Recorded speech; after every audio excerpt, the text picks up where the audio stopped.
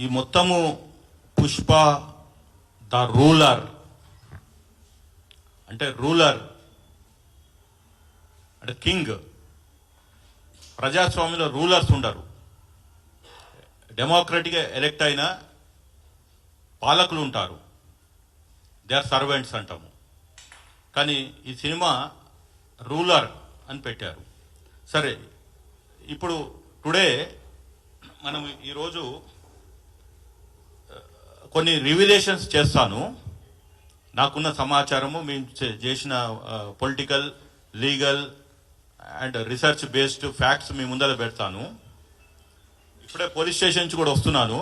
I was there between 1 to 1:30 at Chikadapalli police station. Okay, I have my own observations on the way investigation are going on. So I will come one by one.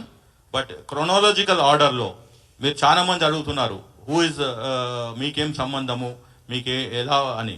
అంటే ఇందాక చెప్పినట్టు మా petitioner Satish కమాల్ ఈ 29 November నాడు రాష్ట్ర ప్రభుత్వం ఇచ్చిన మెమోని మేము ఛాలెంజ్ చేశాం.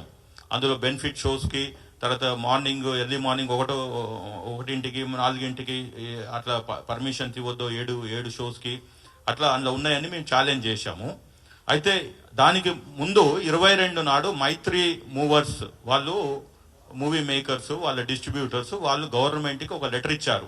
22 నవంబర్ 29 నవంబర్ నాడు ఈ మెమో ఇచ్చారు. 30 నాడు నేను వ్యక్తిగతంగా పాదూరి శ్రీనివాస్ రెడ్డిగా ఒక అడ్వకేట్గా నా లెటర్ హెడ్ మీద ఏదైతే మెమో ఇచ్చారో special chief secretary Ravi Gupta గారికి అడ్రస్ చేస్తూ, డీజీపీ గారికి అడ్రస్ చేస్తూ క్లియర్గా మెన్షన్ చేశాను. Prima facie this looks like I have my own apprehensions, ఇవి లా అండ్ ఆర్డర్ ప్రాబ్లం అవుతుండొచ్చు, ఇలా ఉన్నది.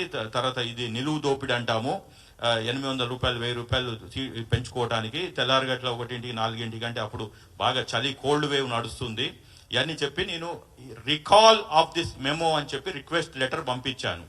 వారు ఇగ్నోర్ చేశారు. 30వ తారీఖు 1వ తారీఖు మా పిటిషనర్ తరపున నేను లీగల్ నోటీస్ పంపించాను 1 డిసెంబర్ నాడు. దానికి రిప్లై రాలే. దెన్ 2 నాడు మేము రిట్ పిటిషన్ ఫైల్ చేశాం. Writ petition number 33923 of 2024. అది 3వ తారీఖు నాడు కోర్టులో బెంచ్ మీదకి వచ్చింది. వాదన వినిపించాము. మా పిటిషన్ అడ్మిట్ అయింది. మొన్న 17వ తారీఖు నాడు మైత్రి మూవర్స్ తరపున కౌంటర్ వేశారు. మళ్ళీ 31వ తారీఖు నాడు ఉన్నది, అది జరుగుతుంది. ఈ లోపట అనుకోకుండా 4వ తారీఖు నాడు ఏదైతే సంధ్యా థియేటర్లో జరిగిన స్టాంపేడ్లో ఒక మహిళ చనిపోవటము, ఒక బాబు చావు బతుకుల్లో ఉన్నప్పుడు మళ్ళీ మేము 5వ తారీఖు ఇక్కడ ప్రెస్ మీట్ పెట్టాము.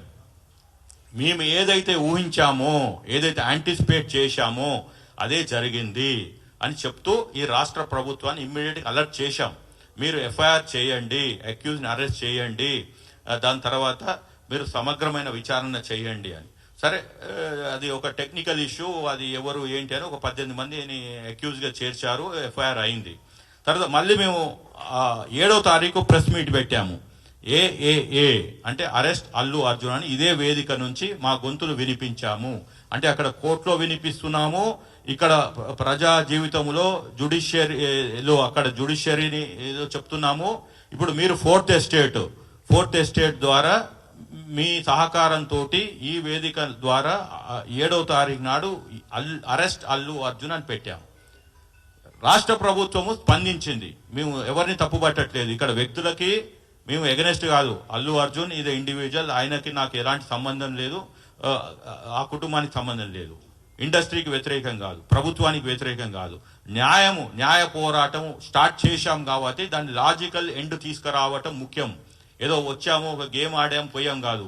ఎవడు లాస్ట్ బాల్ దానికి ఆడతాడో వాడే విన్నర్ కాకుండా కానీ మనకు తృప్తి ఉంటుంది. కానీ ఇక్కడ మాకు we are winners today. What we have started, ఆ రోజు ఏదైతే 29 మెమోని అడిగామో ఇవాళ రాష్ట్ర ప్రభుత్వం చెప్పారు. కోమటిరెడ్డి వెంకటరెడ్డి గారు క్లియర్గా, there are no benefit shows in the state, no more benefit shows. So అది మాది కోర్టులో నడిచినా కానీ ఇక్కడ బయట మాత్రం ప్రభుత్వము వెనక అడుగు వేసింది. రెండోది, మేము ఏదైతే అరెస్ట్ అల్లు అర్జున్ అని ఏదైతే పిలిపించామో 7వ తారీఖు నాడు, ఆ రోజే చెప్పిన ఎవ్వరు పోవట్లేదు ఆ విక్టిమ్ దగ్గరికి. ఇవాళ వెళ్తున్నారు 3 వారాల తర్వాత, దగ్గర 20 రోజుల తర్వాత. ఆ రోజు ఎవరు పోలే. కాబట్టి అల్లు అర్జున్ దాన్ని అడ్వాంటేజ్ తీసుకొని 25 లక్షలు ప్రకటించాడు. అక్కడ రోజు పోయి 1,25,000 అబ్బాయికి కడుతున్నాడు. కాబట్టి ఆ victim he dared to said that I'm going to withdraw the complaint. అది మాకు ముందస్తు తెలిసే మళ్ళీ సీనియర్ జర్నలిస్ట్ అయిన సతీష్ కమ్మాల్ మీలో ఒకడైన పర్సను మళ్ళీ నా దగ్గరికి వస్తే ఇంప్లీడ్ పిటిషన్ వేశాము. అది చాలా కష్టము ఇంప్లీడ్ పిటిషన్. ఇప్పటికి చాలా మందికి అర్థం కావట్లేదు. కానీ మేము ఇంటర్నేషనల్ జూరిస్ప్రుడెన్స్ సైటేషన్స్ చేస్తూ ఇలా విక్టిమ్ దగ్గరికి పోయి డబ్బులు ఇస్తానని వీడియోలు పెట్టాడు. ఇది బ్లడ్ మనీ, మన ఇండియన్ రాజ్యాంగంలో లేదు, మన లీగల్ ఫ్రేమ్లకు లేని దాన్ని బ్లడ్ మనీని తీసుకొచ్చి చేస్తున్నాడు అంటే ఆ రోజు మమ్మల్ని ఇంప్లీడ్కి పర్మిషన్ ఇచ్చింది కోర్టు. కానీ మేము ఎక్స్పెక్ట్ చేయలే. మేము అనుకున్నది ఏది క్వాష్ పిటిషన్ వాళ్ళు 11వ తారీఖు వేశారు. మేము ఏదైతే 7వ తారీఖు పిలిపించామో అరెస్ట్ అల్లు అర్జున్ అని, అప్పటి నుంచి వాళ్ళ లీగల్ టీం మూవ్ అయింది. 11వ తారీఖు క్వాష్ పిటిషన్ వేశారు. వాళ్ళది క్రిమినల్ పిటిషన్ నెంబర్ 15270 ఆఫ్ 2024లో. మేము 12వ తారీఖు నాడు ఇంప్లీట్ పిటిషన్ వేశాము.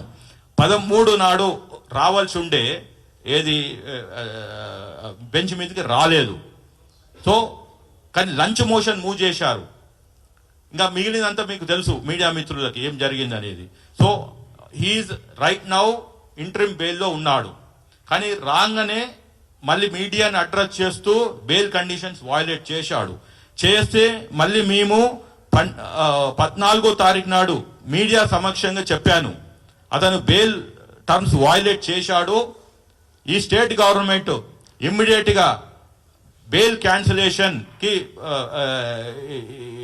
వెళ్ళాలి అని. సరే వాళ్ళకి ఇన్వెస్టిగేషన్ చేస్తున్నారు కాబట్టి సరే మనం ఒక 2-3 రోజులు ఓపిక పడదాం అనుకున్నారు, ఏంటో తెలియదు. దాని తర్వాత మళ్ళీ మేము 16వ తారీఖు నాడు ఆదివారం నాడు